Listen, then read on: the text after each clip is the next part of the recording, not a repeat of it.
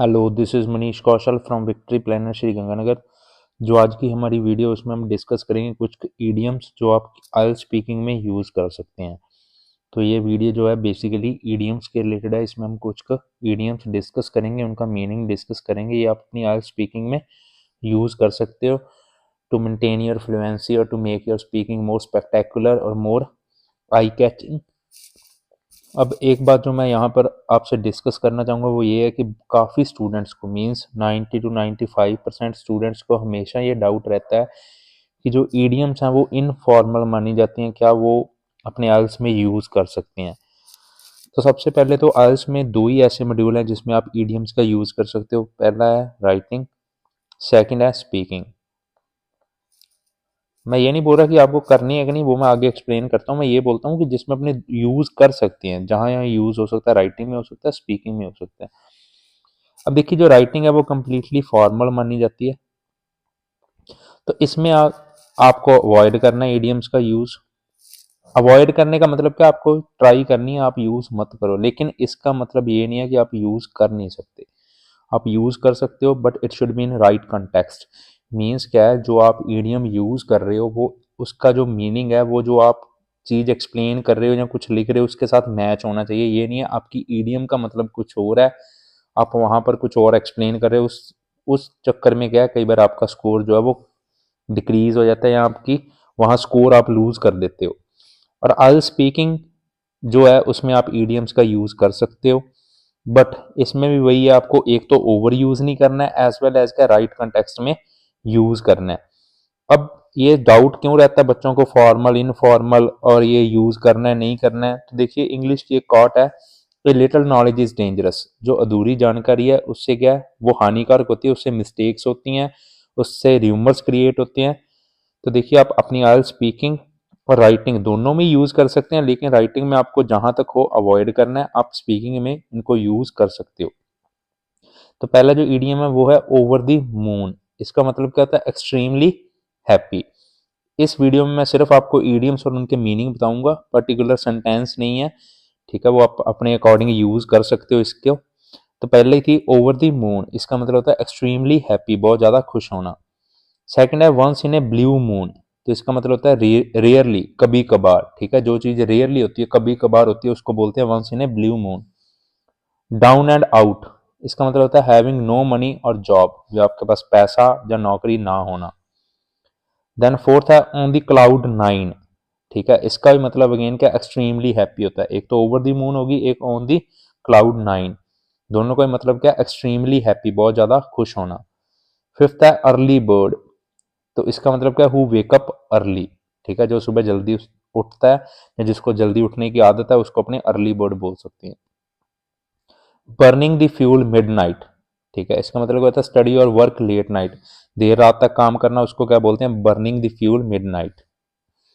Then है give green light, ठीक है। तो उसका मतलब क्या, परमिशन फॉर समथिंग, किसी चीज की इजाजत दे देनी। देन एट्थ है पीस ऑफ केक, इसका मतलब होता है वेरी इजी, कोई चीज बहुत इजी है तो उसको अपने बोल सकते हैं it is a piece of cake. Cup of tea, cup of tea का मतलब क्या था, एरिया ऑफ इंटरेस्ट। अब ये क्या, आप कोई आपको एग्जामिनर ने कोई ऐसी चीज पूछी, आपको ये करना पसंद है, तो आप बोल सकते हो no it is not my cup of tea, भी मेरा इसमें इंटरेस्ट नहीं है। अब आगे आगे मूव ऑन होते हैं अपने। नेक्स्ट टेंथ है passing with flying fly colours, passing with fly colours, इसका मतलब क्या है, complete education with good marks. Means आपने काफ़ी अच्छे मार्क्स आपके एकेडमिक्स में आपने गेन किए हैं या एक्वायर किए हैं, तो आप क्या बोल सकते हो, I have passed my graduation या I have passed my senior secondary with fly colours.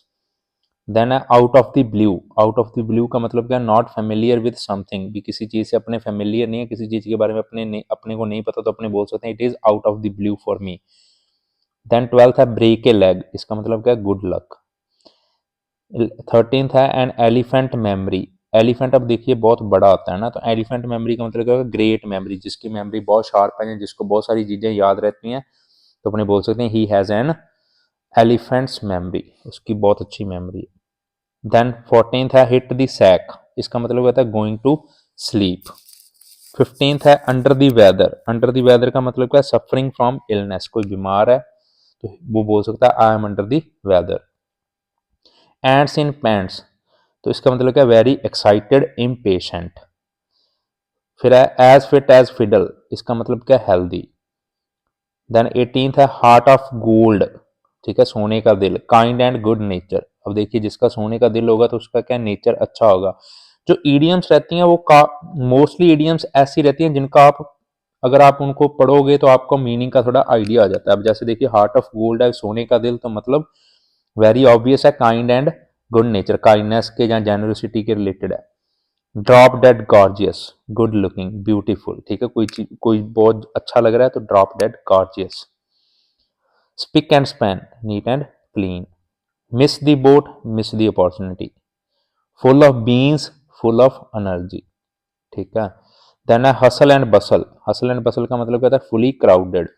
तो अपने बहुत सारे जैसे जो मेट्रोपॉलिटन सिटीज़ हैं या जहाँ ट्रैफिक ज़्यादा रहता है, तो अपने जैसे अगर आप अपने किसी वैसी सिटी से बिलोंग करते हैं तो अपने बोल सकते हैं I am from the bustling city of Mumbai, ठीक है, अभी मुंबई से हूँ मैं, जाओ जहाँ बहुत ज़्यादा क्राउड या ट्रैफिक रहता है।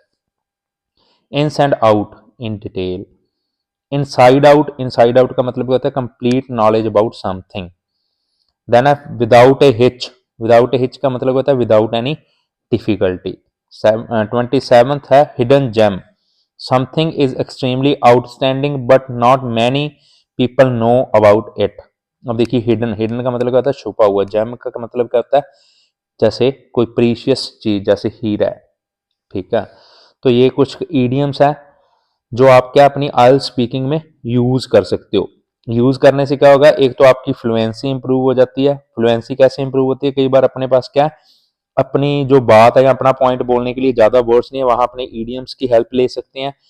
हमेशा आपको ये ध्यान में रखना है, एक तो आपको राइट कंटेक्स्ट में यूज करनी है, मीन्स ऐसा नहीं है जो आप क्वेश्चन पूछा गया या चीज बोलना चाहते हो उससे अपोजिट हो जाए भी, आप ऐसी कोई ईडियम यूज कर लो जिसका आपको प्रॉपर मीनिंग नहीं पता या मीनिंग मिसमैच हो रहा है।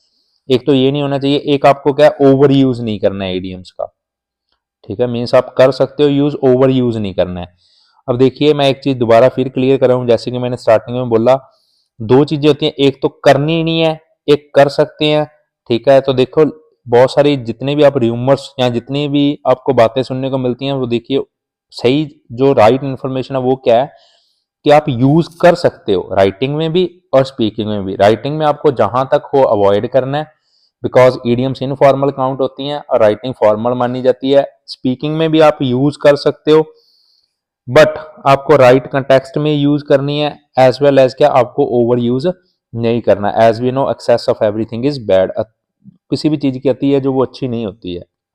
तो आज की वीडियो में इतना ही, हमने कुछ ईडियम्स और उनके मीनिंग डिस्कस कर लिए हैं जो अपनी आइल स्पीकिंग में यूज कर सकते हो। अब ये क्या, जब आप प्रैक्टिस करते हो, ठीक है, आप चाहे घर पर कर रहे हो चाहे किसी इंस्टीट्यूट में कर रहे हो, जहां भी प्रैक्टिस कर रहे हो, आपको पहले हैप्चुअल होना पड़ेगा, आपको यूज टू होना पड़ेगा इन सब ईडियम्स के साथ, तभी आप एग्जाम में इनको इफेक्टिवली यूज कर पाओगे। Otherwise it would be a challenging task for you guys to use these idioms while your speaking, ठीक है, तो अच्छे से नहीं होगा। इनको आप पहले ही हैप्चुअल हो जाओ, प्रैक्टिस करो इनको कॉन्टिन्यूसली। देखिए practice is the key to success, practice के बिना कुछ भी नहीं है, प्रैक्टिस आपको करनी पड़ेगी, कोई भी शॉर्टकट नहीं है, कोई भी मैजिकल फॉर्मूला नहीं है। आज की वीडियो में इतना ही। कोई भी आपको इस टॉपिक के रिलेटेड, इस वीडियो के रिलेटेड कोई भी डाउट, कोई भी क्वेश्चन, आप हमें इंस्टाग्राम पे टेक्स्ट कर सकते हो, व्हाट्सएप पे मैसेज कर सकते हो, एज वेल एज वीडियो के कमेंट सेक्शन में बता सकते हो। जिन्होंने हमारा यूट्यूब चैनल सब्सक्राइब नहीं किया है वो यूट्यूब चैनल सब्सक्राइब कर लें फर्दर अपडेट्स के लिए। Thank you.